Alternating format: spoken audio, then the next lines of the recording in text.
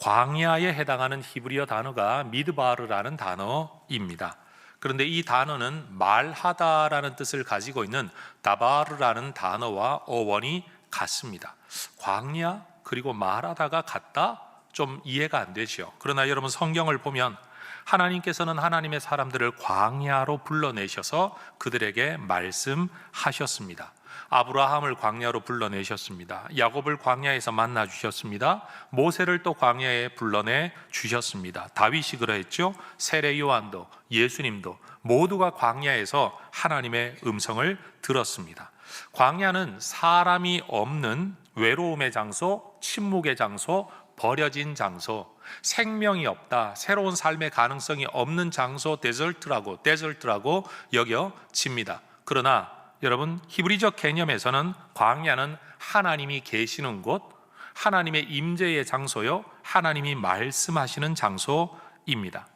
성경에 보면 하나님께서 이스라엘 백성들을 만나 주시고 그들에게 말씀하시겠다라고 특별히 지정한 장소가 또 하나 있습니다. 지성소, 지극히 거룩한 장소, 처소, 그래서 지성소입니다. 여러분 이 지성소라는 단어도 말하다라는 다바르라는 단어와 어원이 똑같은 드비르라는 단어로 지성소를 표현한답니다.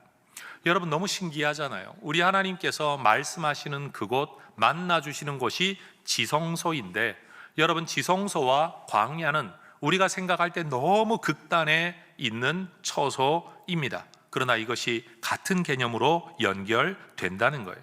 출애굽기 29장을 보면 하나님께서 모세에게 지성소를 만들라고 하실 때 하나님께서 내가 너희를 만나주겠다, 내가 너희에게 말하겠다, 이 목적이었습니다.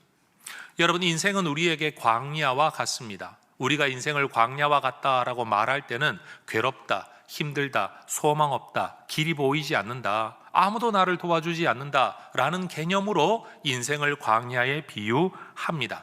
그러나 성경적 개념으로 보면 우리 하나님은 그곳에서 우리를 찾아와 주시고 우리와 만나 주시고 우리에게 말씀하십니다. 그래서 여러분 광야는 하나님을 믿는 사람들에게는 지성소입니다.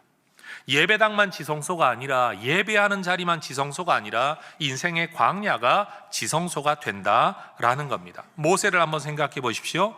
여러분 이집트 왕자로 살다가 그가 광야에 가 목자로 살아가게 됩니다. 그 광야는 길을 잃어버린 곳이었습니다. 어디서 와서 어디로 가야 될지, 앞으로 무슨 일을 하며 살아야 될지 몰라서 그는 아들을 낳고 이름을 짓습니다. 게르솜, 내가 이방에서 객이 되었다라는 뜻입니다. 여러분 이방 땅에서 뜨내기가 되었다, 이게 그의 내면 세계의 고백, 아들 이름을 그렇게 지은 겁니다. 이방 땅, 고향이 아닌 겁니다. 여러분 사실은 이집트 땅도 자기의 고향이라고 말할 수가 없지 않습니까? 여러분 그러니까 모세는 자기 인생 전체를 두고 볼 때 어디서 와서 어디로 가는지, 여러분 앞으로 뭘 해야 되는지, 어떻게 살아가야 되는지 미래에 대한 계획 자체가 아무것도 세워질 수 없는 자리가 광야였습니다. 뜻대로 되는 일이 하나도 없었던 겁니다. 그 광야 땅에서 목자로 살아가는 동안 여러분 이집트 왕자의 신분이 아무 효력이 없었습니다. 이집트의 모든 학술을 배워 통달했는데 그게 목자로 살아가는 일에 아무 유용함이 없었다라는 겁니다.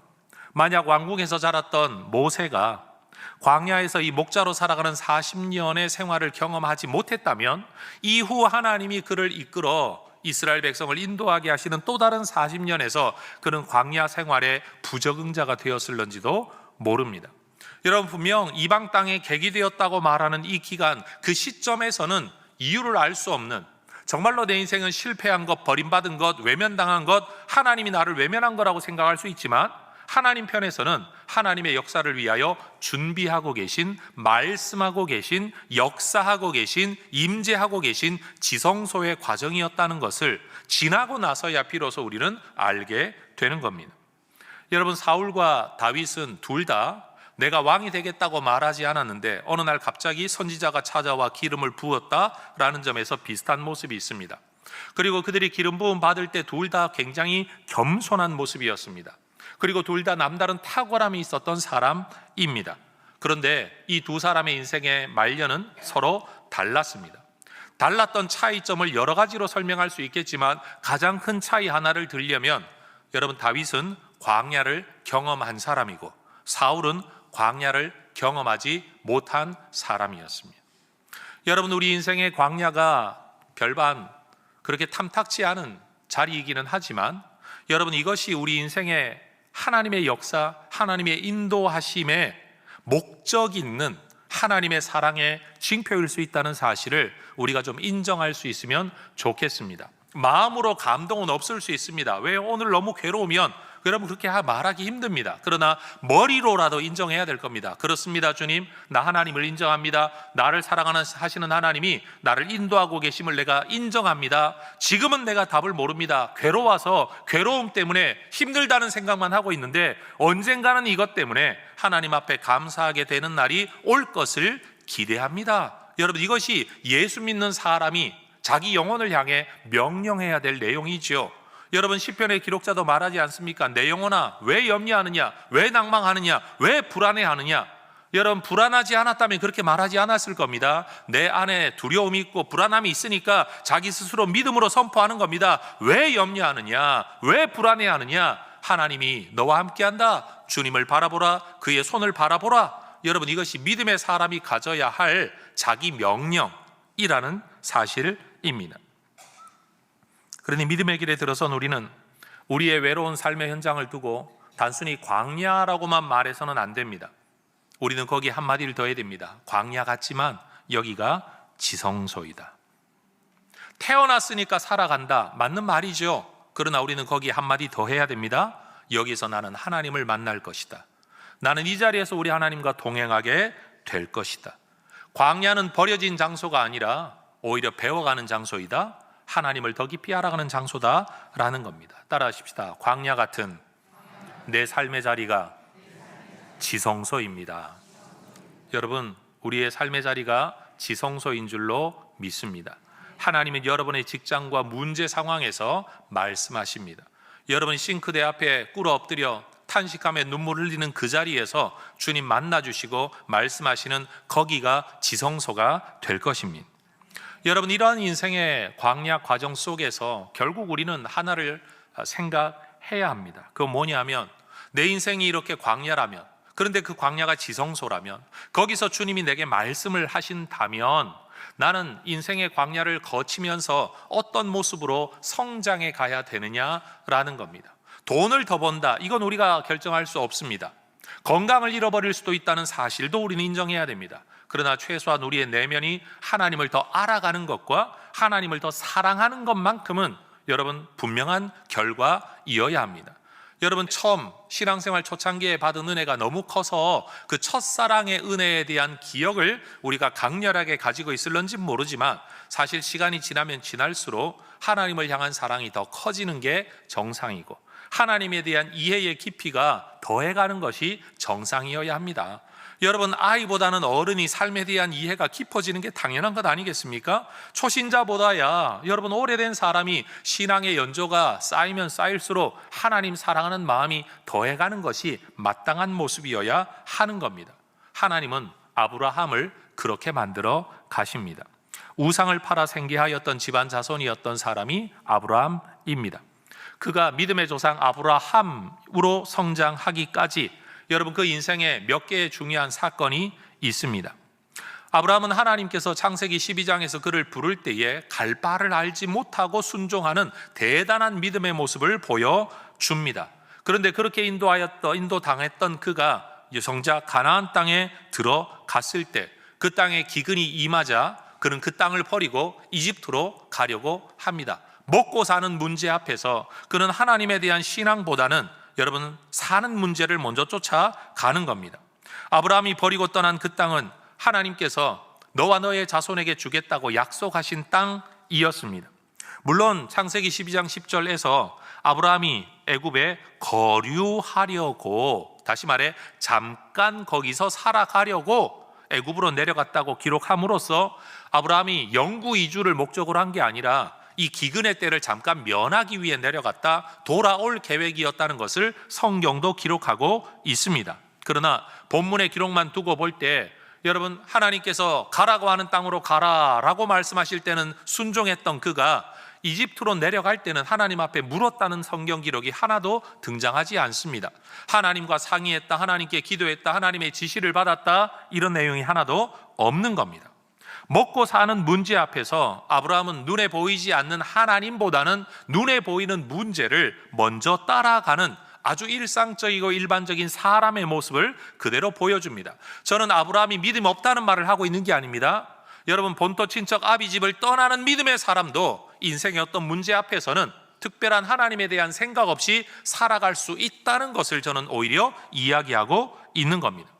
그리고 먹고 살기 위해 떠난 그 애굽 땅에서 그는 어떤 일을 만날는지 알 수 없다는 두려움을 가지고 있었습니다. 특별히 목숨의 위협도 중요했지만 자기가 볼 때 자기 아내가 너무 이뻐가지고, 여러분 이런 남편이 몇 명이나 될는지 알 수는 없겠습니다만 자기 아내가 너무 이뻐서 만약에 생길 상황을 대비하여 아내와 약속을 합니다. 누군가가 너와 나의 관계를 묶어들랑 우리 오누이라고 말하기로 하자라고 약속을 합니다. 근데 진짜로 그런 일이 일어나죠.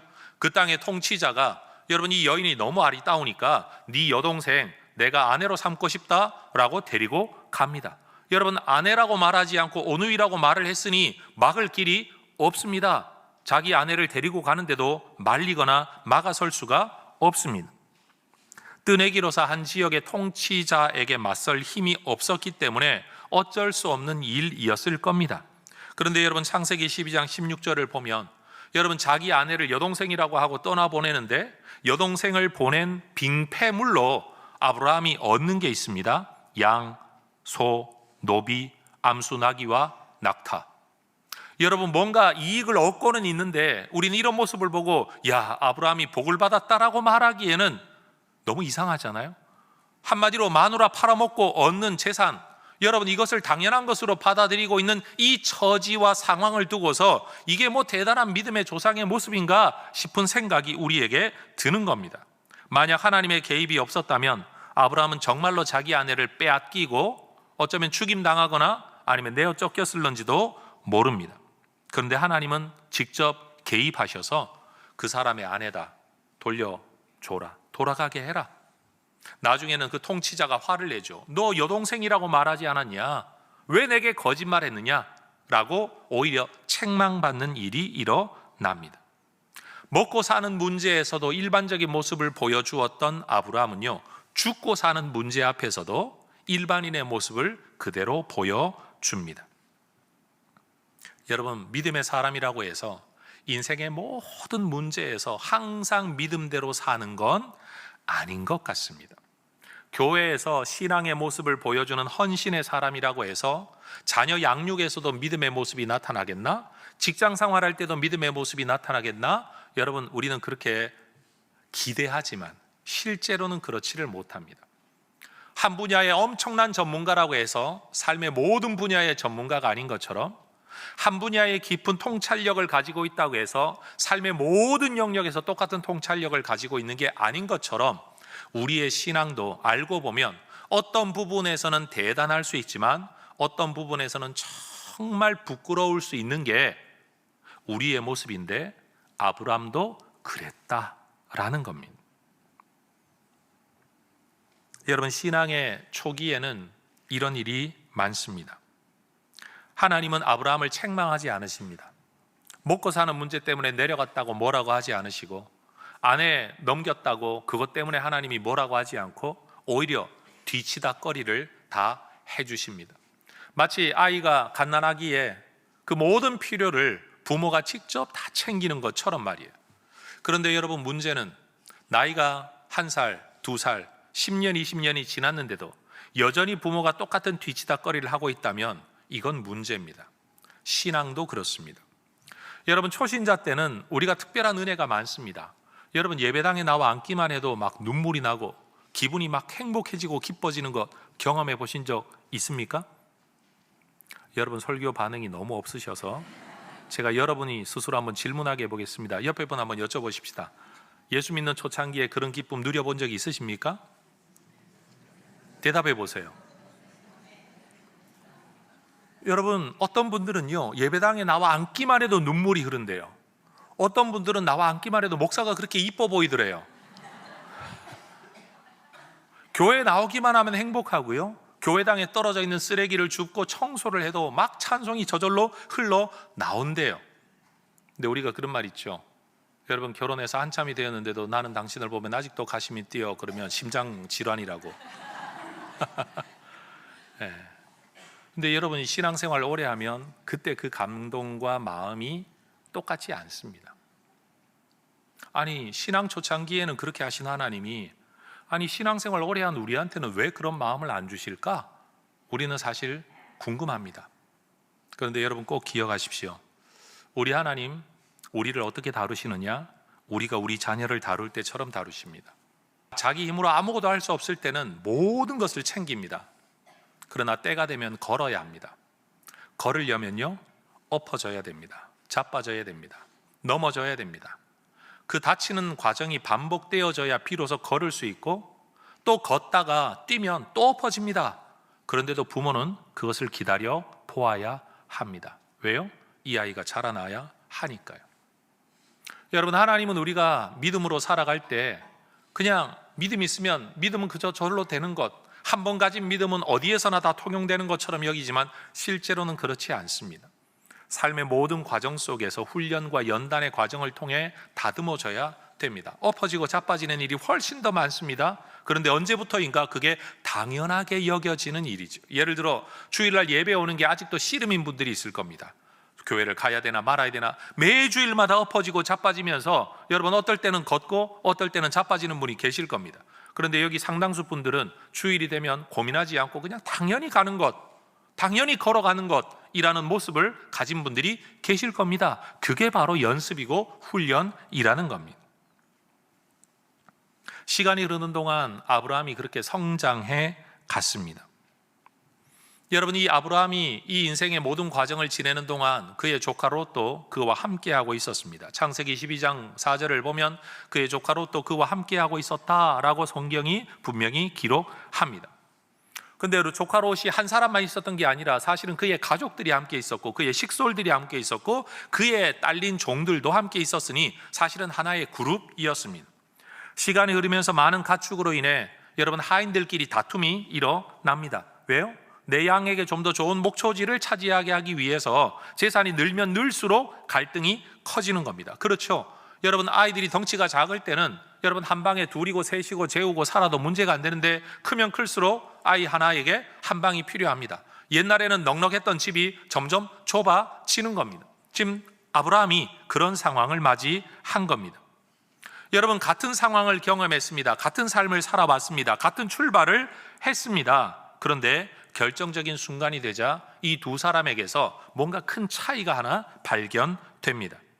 나이와 지위로 보아 우선권이 있었던 아브라함이 여러분 더 좋은 땅을 차지하기 위한 우선 선택권을 조카에게 양보합니다. 네가 오른쪽을 택하면 내가 왼쪽으로 갈 거고, 네가 왼쪽을 택하면 내가 오른쪽으로 갈게. 내가 남는 거 할게. 네가 먼저 선택해라. 반면 롯은 이 주어진 기회를 양보하지 않습니다. 그는 눈으로 더 좋은 알짜배기 땅을 선택합니다. 창세기 13장 10절 오늘 말씀을 보면 요단 지역을 바라본 즉 물이 넉넉하고 여호와의 동산 같고 애굽 땅처럼 아주 풍요로운 땅으로 보인 그 땅을 선택합니다. 물론 롯이 여러분 에덴 동산을 직접 본 적은 없을 겁니다. 그러나 에덴 동산이 있다면 이런 땅이지 않았을까 싶을 만큼 그 땅은 비옥했던 모양입니다. 그럼 여기서 하나의 질문이 있죠. 여러분, 롯이 좋은 땅을 좋은 땅이라고 알아볼 수 있었다면 아브라함은 그 땅이 좋은 땅인 줄 몰랐을까요? 알았을 겁니다. 그에게도 눈이 있고 경험이 있고 여러분 안목이 있다면 남들이 좋아 보이는 걸 나도 좋아할 수 있을 만한 여러분 그 안목이 분명히 있었을 겁니다. 그런데도 아브라함은 말하지 않습니다. 이런 방구 대꾸 없이 이 결정을 받아들입니다. 더 좋은 땅을 롯이 선택해 떠나가게 된 겁니다. 이제 아브라함은 황량한 가나안 땅에 남아야 했습니다. 롯은 더 비옥한 땅을 향해 떠났습니다. 그런데 여기에서 비옥한 땅과 황량한 땅, 광야와 도시라고 일컬어지는 대립된 단어 사이에 하나의 차이가 있습니다. 그게 뭐냐? 이 황량한 땅이 약속의 땅이라는 겁니다. 하나님이 말씀하신 땅, 하나님이 인도하신 땅, 하나님이 주겠다고 하신 땅이라는 거예요. 그런데 롯은 하나님의 약속은 결정할 때 아무런 고려의 조건이 아니었습니다. 그래서 13장 12절을 보면 아브라함은 빈들과 광야에 거주하게 되었고 롯은 풍요로운 도시 소돔 성으로 찾아 들어갑니다. 여러분, 그런데 이 소돔 땅이 정말로 좋은 땅이었는지는 몰라도 성경은 그 뒤에 하나의 구절을 우리에게 들려주죠. 소돔 사람은 여호와 앞에 악하며 큰 죄인이었더라. 여러분, 성경이 가지고 있는 한 지역에 대한 두 개의 상반된 평가를 보십시오. 여호와의 동산 같았다. 그런데 하나님 앞에 죄인이었다. 이 두 가지 사실 말입니다. 성경이 이 두 가지를 통해 우리에게 무슨 말을 하고 싶은 걸까요? 롯은 일상적인 일반인, 신학적으로 말하면 우리 이런 사람들을 자연인이라고 말합니다. 그냥 태어난 대로, 생긴 대로, 살아오던 대로, 우리 인류가 원래 가지고 있었던 원래의 모습대로, 그 모습 그대로의 판단 기준을 가지고 있습니다. 요한 1서를 보면 사람들의 판단 기준을 그렇게 말하죠. 육신의 정욕. 여러분, 이게 굳이 나쁘다는 뜻이 아닙니다. 몸이 원하는 것 따라서. 두 번째, 안목의 정욕, 눈에 보이기에 좋은 것 따라서. 세 번째, 이생의 자랑, 사람들이 더 좋아하는 것 따라서. 여러분, 그렇지 않습니까? 우리도 이쁜 것 이쁜 줄 알고, 멋진 거 멋진 줄 알고, 좋은 거 좋은 줄 압니다. 흔히 말해요. 역시 돈을 많이 주니까 때깔이 다르구나 라고 말하는 거 우리가 하는 말 아닙니까? 여러분, 우리도 그런 안목이 다 있습니다. 문제는 뭐냐? 롯이 그런 관점을 가지고 있었다는 게 문제가 아니라 그 관점으로만 판단하고 선택했다는 게 문제입니다. 아브라함이 경험하는 모든 일을 롯도 경험했습니다. 그 실수 속에 아브라함이 하나님을 배워갈 때 롯은 배워가지를 못한 것 같습니다. 더 좋은 땅 먹고 사는 문제와 죽고 사는 문제, 더 좋은 것들을 내가 선택하려고 계속 일을 했었는데 정작 내 삶의 안녕은 내가 지키는 게 아니라 하나님이 지켜주시더라.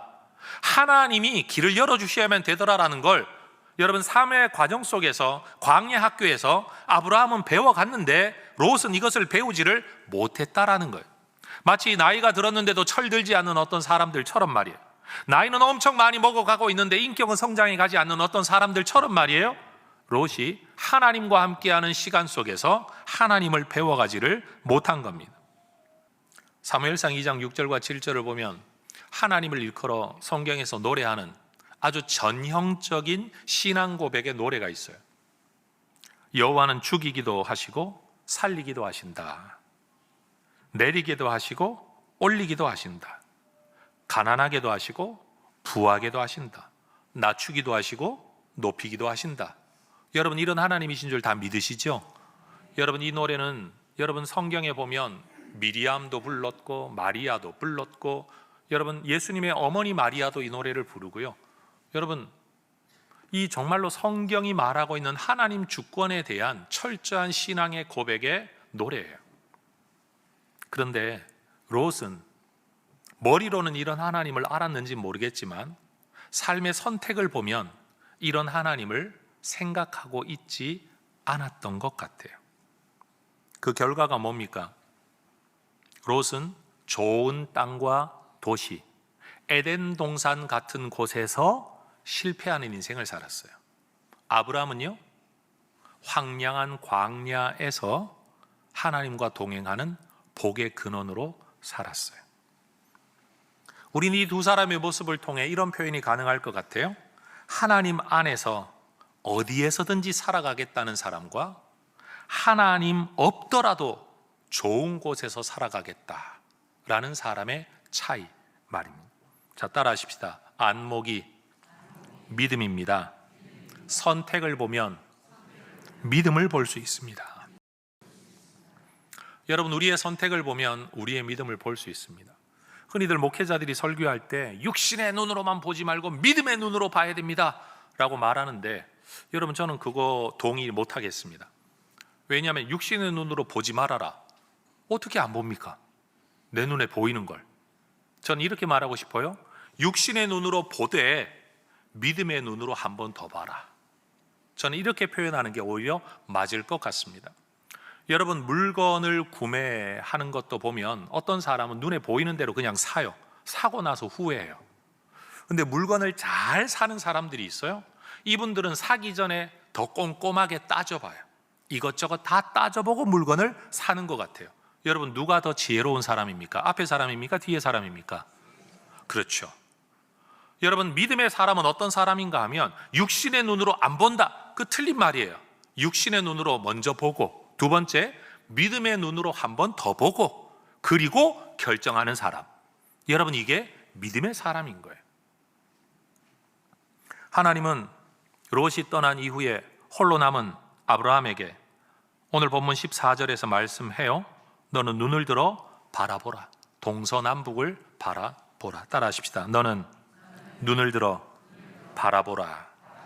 왜 바라보라고 하셨을까요? 15절을 보면 보이는 땅을 내가 너와 내 자손에게 주겠다. 그것도 영원토록 주겠다. 롯은 자기 눈에 보이는 땅을 선택하러 갔는데 결국은 잃어버렸습니다. 아브라함은 자기의 선택을 포기했습니다. 하나님의 약속 하나 붙들고 남았습니다. 근데 하나님 말씀하십니다. 바라보아라. 네가 선택하는 게 아니라 내가 너에게 주겠다. 여러분, 우리가 선택하는 게 아니라 하나님이 우리에게 주시는 인생 되시기를 축복합니다.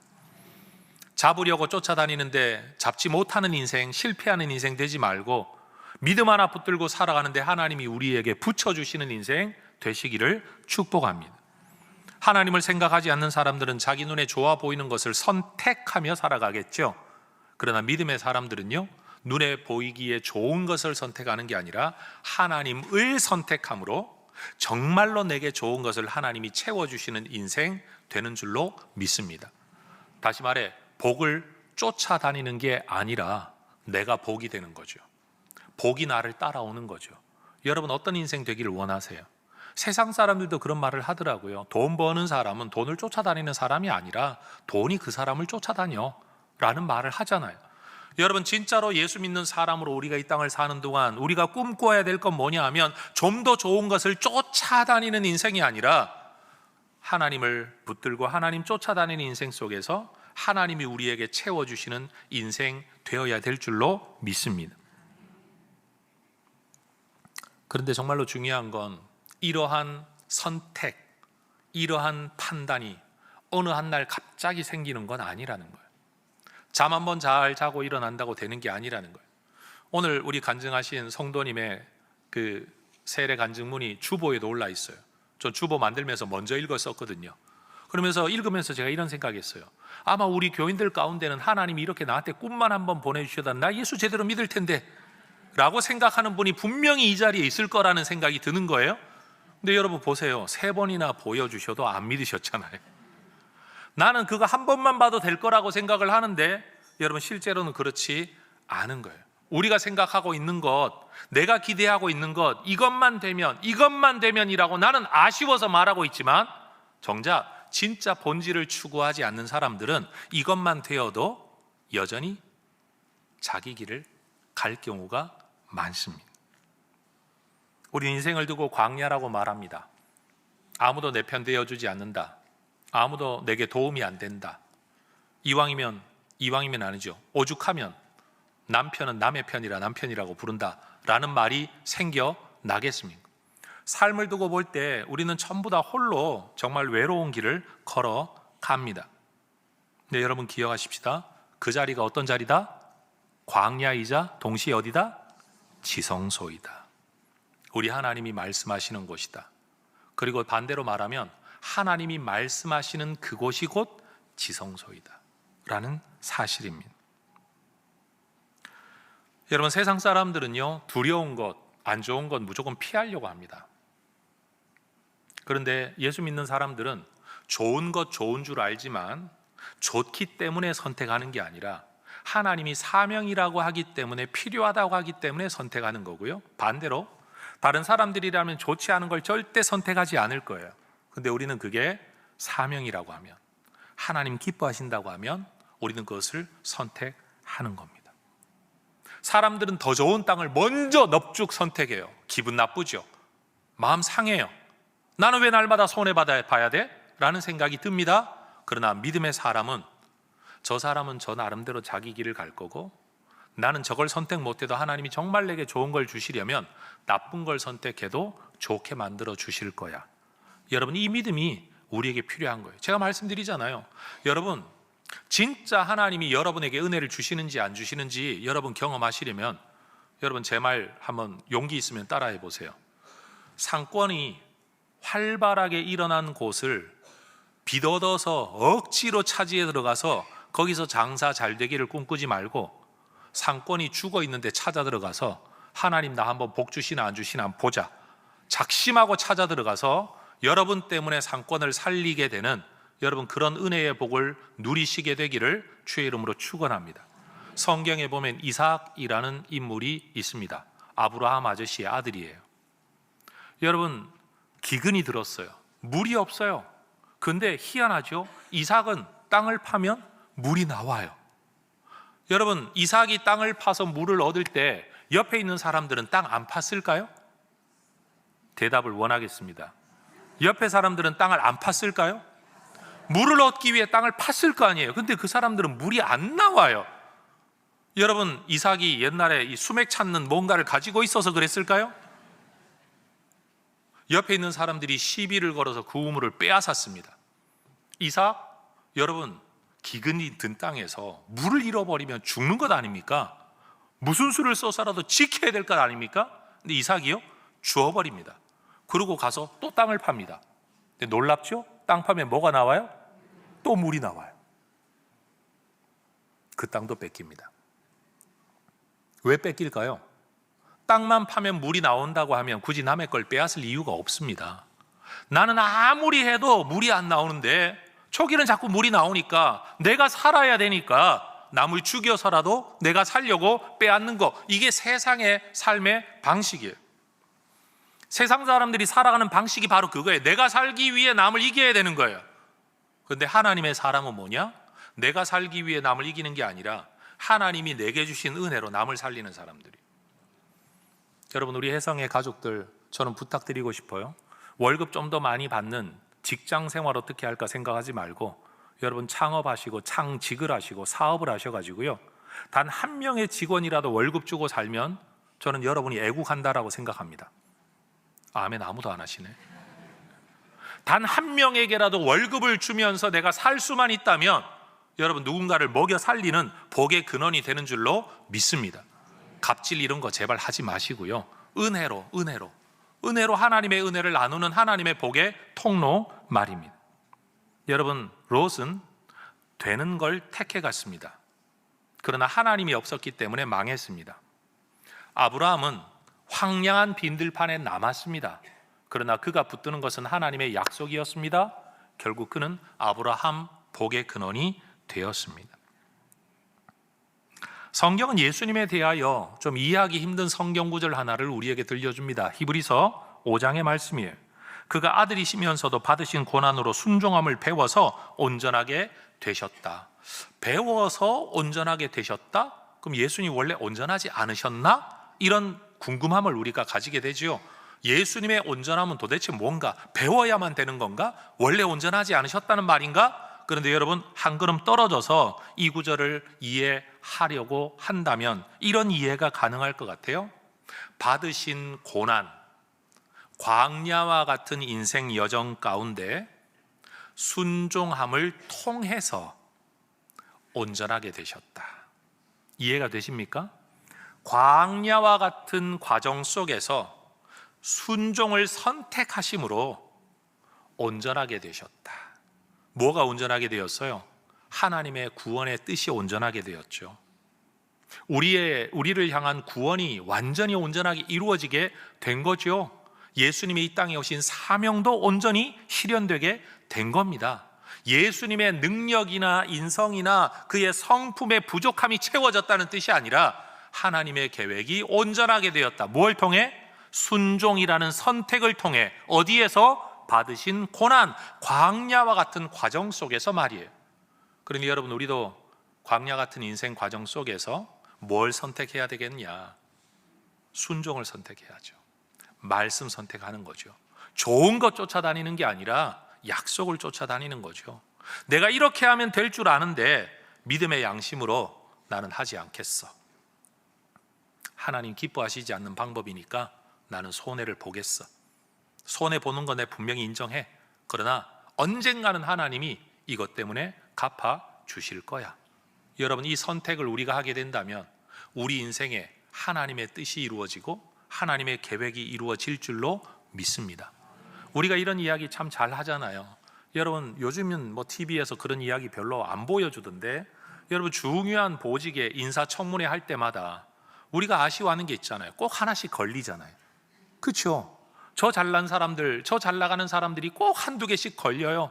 앉아서 보면서 그런 말 하는 거죠. 오늘 이 자리에 자기가 있을 걸 알게 되면 옛날에 그 짓을 했을까? 그 일을 했을까? 절대 안 했을 거예요. 그냥 자기 자리에서 뭔가를 더 잘 살아보려고, 손해보지 않으려고 남들이 하는 방법대로 살아왔는데 어느 날 더 좋은 자리로 자기를 끌어가겠다고 하니까 그 자리는 탐나는데 살아왔던 삶이 자꾸만 자기 발목을 잡는 일들이 일어나는 거죠.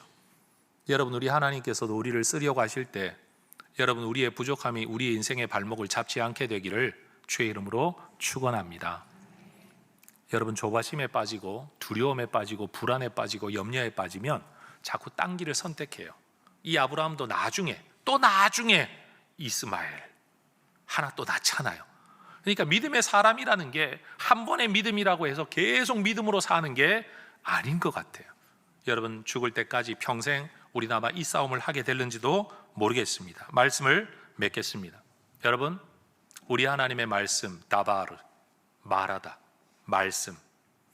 여러분, 이 말씀이 광야에서 들려질 때 광야는 지성소가 됩니다. 인생 광야, 우리 하나님이 말씀으로 찾아오시면 거기서 하나님의 역사가 일어날 줄로 믿습니다. 야곱은 광야에서 하늘 사닥다리를 보았습니다. 안전한 처소가 아니었습니다. 그 광야에서 하나님을 만난 겁니다. 여러분, 내 뜻대로 내 계획대로 되어지지 않는, 내가 원치 않는 상황이 벌어지는 것을 무조건 피해야 될 것이라고만 생각하지 마시고 오히려 하나님 손에 붙들린 인생, 하나님이 어떻게든 나를 합력하여 선을 이루실 거라는 믿음 속에서 여러분 삶을 살아갈 수 있기를 소망합니다. 여러분, 광야에서 눈물 흘리며 사실래요? 찬송하며 사실래요? 탄식하며 사실래요? 기도하며 사실래요? 우리 모두가 그렇게 될 수 있으면 좋겠습니다. 이건 저에게도 힘들고 여러분에게도 힘든 일일 겁니다. 그러나 우리는 머리로는 오늘 배우고 알아야 될 것 같습니다. 최소한 마음의 결심은 해야 될 것 같습니다. 하나님 날 사랑하신다. 하나님 나 버리지 않으신다. 하나님 나 좋은 것 주시기를 원하시는 분이다. 그런 하나님이 내 인생을 이끌어 가실 때 때때로 내가 보기에 안 좋은 것 같아도 절대 그게 안 좋은 게 아니다. 견디고 버티다 보면 궁극적으로 좋은 것 우리 하나님이 주실 거다. 여러분, 운동선수 가운데 단 한 번의 패배도 하지 않은 운동선수가 오랜 시간 동안 진짜 훌륭한 운동선수로 살아갈 수 있을까요? 남의 일이라고 그렇게 쉽게 말하지 마세요, 여러분. 지는 걸 좋아하는 운동선수가 누가 있겠습니까? 그러나 우리는 압니다. 단 한 번의 패배도 하지 않은 선수가 진짜 훌륭한 선수로 살아갈 수 없다는 걸 우리는 압니다. 질 줄 아는 사람이 이길 줄 아는 사람이라는 걸 우리는 압니다. 그런 뜻이 똑같아요. 신앙의 원리에서도 하나님이 주시는 은혜도 누릴 줄 알아야 되고, 하나님이 인도해 가시는 광야 생활에서도 이것도 하나님의 섭리 가운데 있다, 이 두 개를 다 기쁨으로 받아들일 줄 아는 사람이 저는 정말 훌륭한 하나님의 백성으로 살아갈 수 있을 거라고 믿습니다. 여러분, 광야 학교에서 로처럼 낙제하지 말고 여러분, 아브라함이 된 것처럼 우리 모두 믿음의 사람으로 성장해 갈 수 있기를 주의 이름으로 축원합니다. 전적인 하나님에 대한 신뢰, 이거 하나 끝까지 붙들고 믿음의 좋은 선택을 행하실 수 있기를 주의 이름으로 축원합니다. 오늘 혹시 이거 해야 되나 저거 해야 되나 마음에 뭔가 대단한 중대한 결정을 마음에 먹고 계신 분이 있다면, 여러분, 육신의 눈으로만 보는 거 보지 말라는 뜻 아니에요. 보고 그 위에 한 번 더 믿음의 눈으로 바라보고 그 다음에 꼭 선택하시기를 주의 이름으로 축원합니다. 기도하겠습니다.